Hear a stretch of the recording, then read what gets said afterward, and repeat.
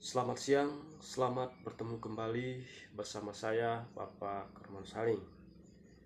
Pada kesempatan ini, kita akan membahas materi secara khusus tentang panggilan karya atau profesi.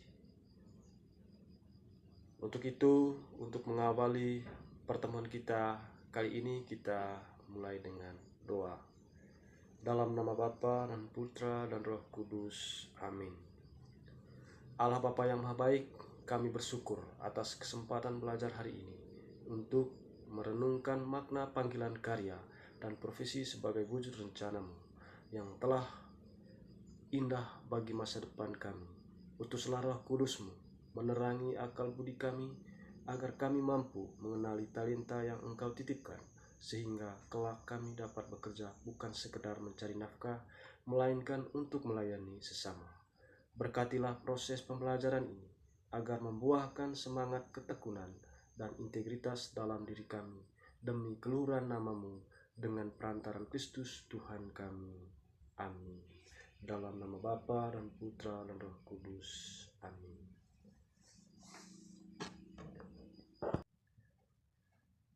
Oke, baik adik-adik sekalian.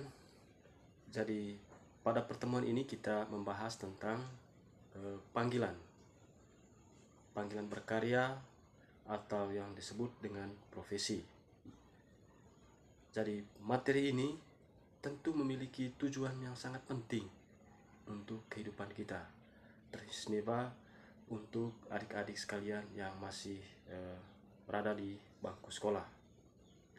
Jadi tujuannya berkaitan dengan materi ini yaitu memahami hakikat dan makna panggilan karya profesi sebagai bagian dari pengabdian diri dan perwujudan talenta yang dimiliki. Jadi itu tujuan yang harus dicapai pada pembelajaran hari ini, sehingga kita belajar atau menyiapkan diri dengan baik untuk memahami materi-materi yang akan kita bahas pada pertemuan ini. Oke, baik adik-adik sekalian yang saya cintai. Jadi agar tidak memperpanjang waktu, kita memulai pelajaran yang harus kita selesaikan pada siang hari ini. Jadi yang pertama kita lihat pengertian kerja dan profesi. Jadi seperti apa pengertian dan juga profesi itu yang harus kita miliki. Jadi apa itu karya dan profesi? Karya dan profesi itu adalah bagian manusia modern. Jadi kerja seringkali hanya dilihat sebagai cara untuk mencari uang. Jadi hanya untuk mencari uang atau memperoleh ekonomi dan sebagainya. Tentu dalam hubungannya dengan karya, jadi kerja itu memiliki makna yang jauh lebih dalam. Kerja bukan sekedar aktivitas ekonomis, atau melainkan sebuah panggilan vokasi. Jadi untuk bekerja sama dengan Allah dalam menjalankan dan mengembangkan dunia. Artinya, kerja itu adalah suatu panggilan, suatu pengabdian. Jadi untuk berhubungan dengan Allah. Jadi di mana kita melakukan pekerjaan itu berarti salah satu proses menjalankan tugas karya keselamatan Allah. Jadi itu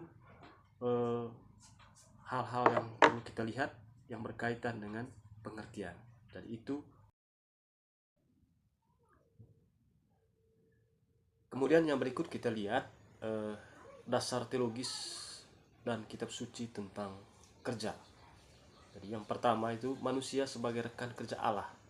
Itu dilihat dari Kejadian bab 1 ayat 28 dan bab 2 ayat 15. Jadi sejak awal penciptaan Allah memberikan tugas kepada manusia untuk menguasai dan memelihara bumi atau melestarikan alam.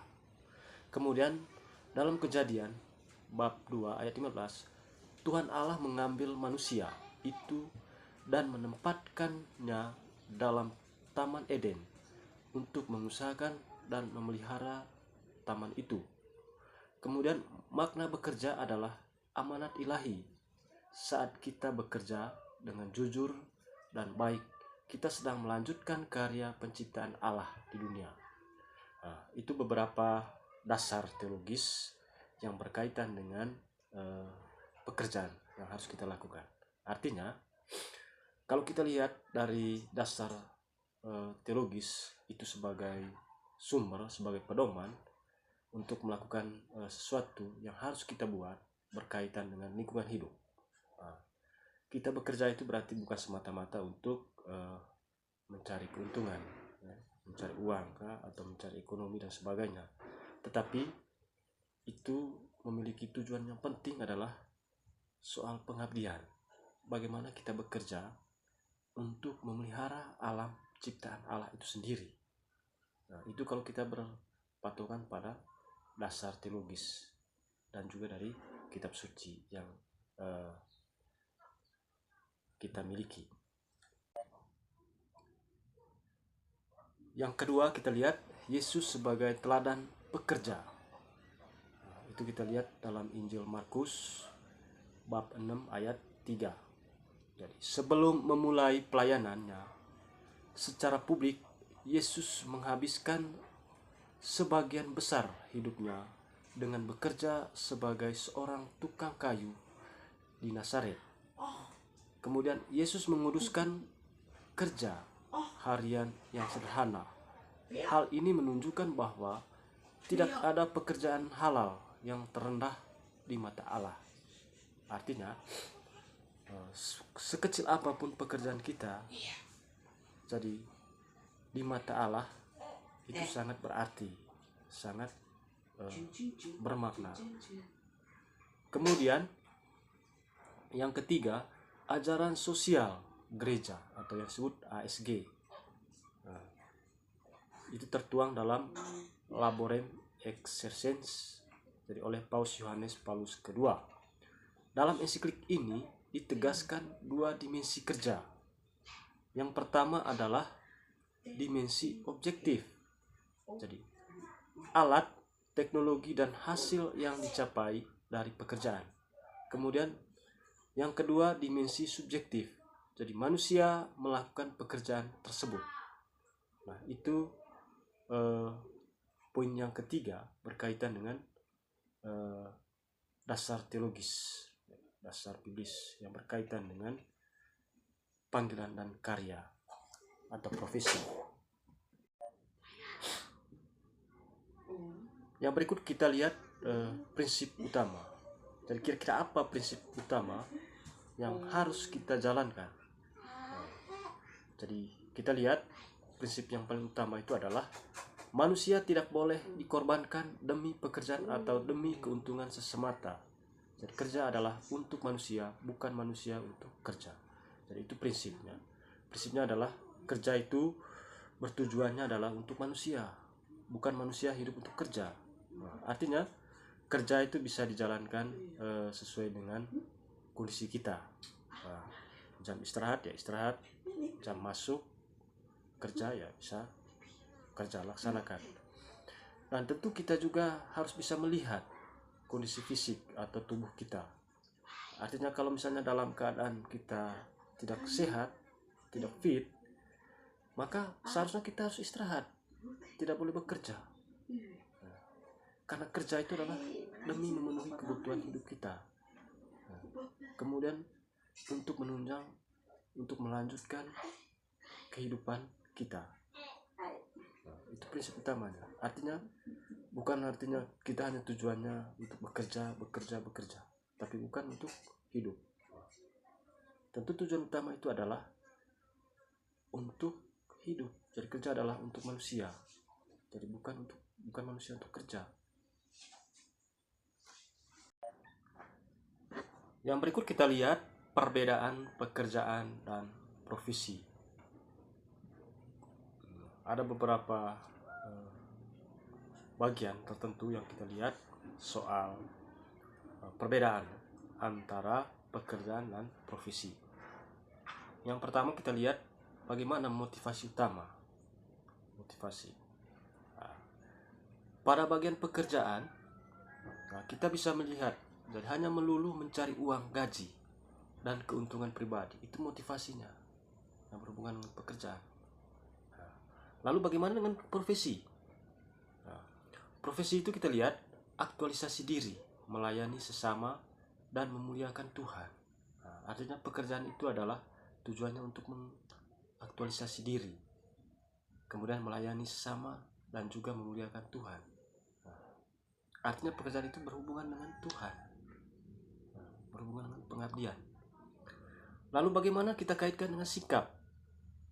Sikap, kita lihat di bagian pekerjaan, jadi rentan mengeluh. Jadi bekerja hanya jika diawasi asal selesai. Artinya kerja itu soal bentuk pelayanannya bagaimana, bentuk pengabdiannya bagaimana, tapi yang terpenting pekerjaan itu sudah selesai, sudah beres. Tetapi apakah soal itu makna atau tidak, itu tidak dilihat. Sedangkan di bagian profesi, sikap itu harus bisa menunjukkan sebuah suatu tanggung jawab, harus jujur, memiliki integritas tinggi, dan sukacita. Artinya pekerjaan itu harus kita menjadi sebuah tanggung jawab kita. Artinya baik tanggung jawab itu kepada sesama maupun kepada Tuhan. Lalu orientasinya apa? Pada bagian pekerjaan, jadi apa yang bisa saya dapatkan dari pekerjaan ini? Artinya yang kita lihat, yang menjadi tujuan utama itu adalah soal hasilnya. Apakah itu tujuannya untuk menghasilkan uang kah, makanannya, dan sebagainya. Itu orientasinya. Sedangkan kalau kita lihat dari profesi, orientasinya apa? Jadi apa yang bisa saya berikan melalui pekerjaan ini? Artinya apa yang saya lakukan itu yang sangat berguna bagi orang lain, bagi Tuhan, pada saat atau ketika saya melakukan pekerjaan ini. Artinya pekerjaan yang saya lakukan itu harus bisa berguna selain bagi diri kita sendiri maupun bagi orang lain, juga bagi Tuhan. Jadi itu beberapa hal berkaitan dengan perbedaan antara pekerjaan dan profesi. Lalu apa makna dan spiritualitas kerja bagi umat Katolik? Jadi apa maknanya? Jadi kerja itu bagi umat Katolik. Nah, tentu kita lihat jadi bagaimana kita dapat mengubah aktivitas kerja sehari-hari menjadi sebuah doa. Artinya ketika kita melaksanakan suatu kerja, anggap itu adalah sebagai sebuah doa. Maka kita harus menjalankan sesuai dengan tanggung jawab kita kepada siapa? Tentu kepada Tuhan dan juga kepada sesama. Kemudian kerja sebagai ibadah nyata. Artinya selain bekerja itu untuk memenuhi kebutuhan uang atau kebutuhan ekonomi, jadi kita juga menjadikan kerja itu sebagai doa atau ibadah. Jadi bekerja dengan jujur, disiplin, dan adil adalah bentuk kesaksian iman di tengah masyarakat. Artinya ketika kita bekerja dengan adil, dengan jujur kepada siapa saja atau kepada semua orang, berarti kita menjadi artinya kita telah melakukan kesaksian hidup bagi sesama, juga bagi Tuhan dalam iman Katolik. Lalu yang berikut, kerja sebagai sasaran pengudusan diri. Artinya kerja itu juga sasaran utamanya adalah pengudusan diri. Melalui kesulitan, tantangan, dan relasi dengan rekan kerja, kesabaran dan karakter kita dibentuk menjadi lebih serupa dengan Kristus. Artinya kerja itu harus diimbangi oleh rasa iman, menjadi kekudusan. Artinya kerja itu berarti harus sikap bekerja yang sifatnya halal. Jadi bukan berarti kita misalnya melakukan sebuah tindakan atau bekerja itu dengan cara mencuri misalnya. Bukan. Mencuri itu adalah memang suatu kerja, tapi kerja yang tidak halal. yang sifatnya bukan kudus, melainkan dosa. Lalu kerja sebagai solider dengan sesama, solider atau solidaritas. Artinya kerja itu adalah berarti memiliki makna khususnya bagaimana kita bisa memperhatikan ya, terhadap kehidupan sesama. Artinya solider, artinya solid. Nah, kita harus bisa melihat kepentingan-kepentingan sesama saudara kita, juga kepentingan pribadi. Itu maksudnya solider. Artinya tidak melihat kepentingan diri sendiri, tapi juga kepentingan orang lain, juga kebutuhan orang lain.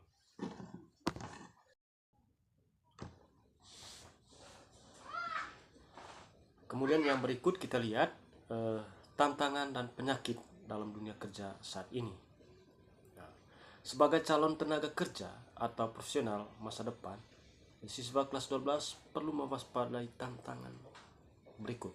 Jadi ada beberapa tantangan yang harus kita waspadai, teristimewa bagi siswa-siswi kelas 12 yang mau menyelesaikan sekolahnya di tingkat SMA.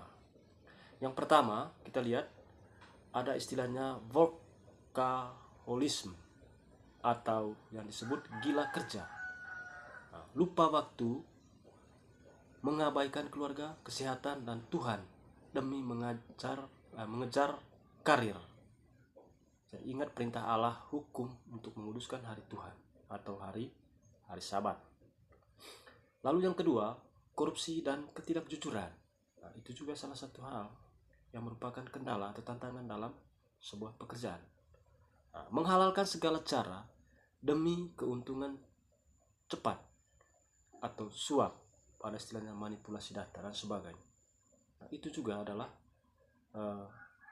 salah satu hal yang merupakan tantangan di dalam dunia kerja.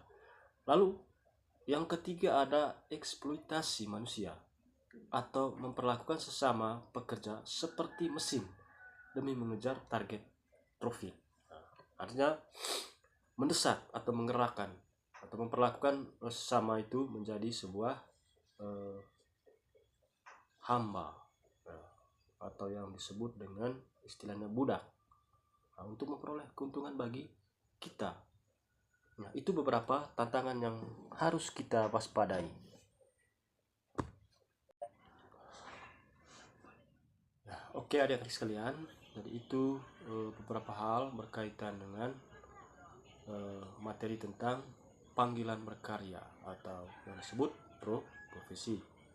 Kesimpulannya adalah, jadi apapun juga yang kamu perbuatlah dengan segenap hatimu seperti untuk Tuhan dan bukan untuk manusia. Kita bisa lihat dalam bacaan Kolose bab 3 ayat 20-23. Nah, jadi kesimpulannya adalah kita harus bekerja yang halal dan juga memiliki makna bagi diri sendiri, bagi masyarakat atau bagi orang lain maupun bagi Tuhan. Jadi apapun pekerjaan kita harus memiliki makna yang sangat dalam bagi kehidupan umat manusia untuk seluruh dunia. Nah, kalau kita melaksanakan sesuai dengan apa yang diajarkan dalam materi ini, tentu berarti kita menjadi saksi iman.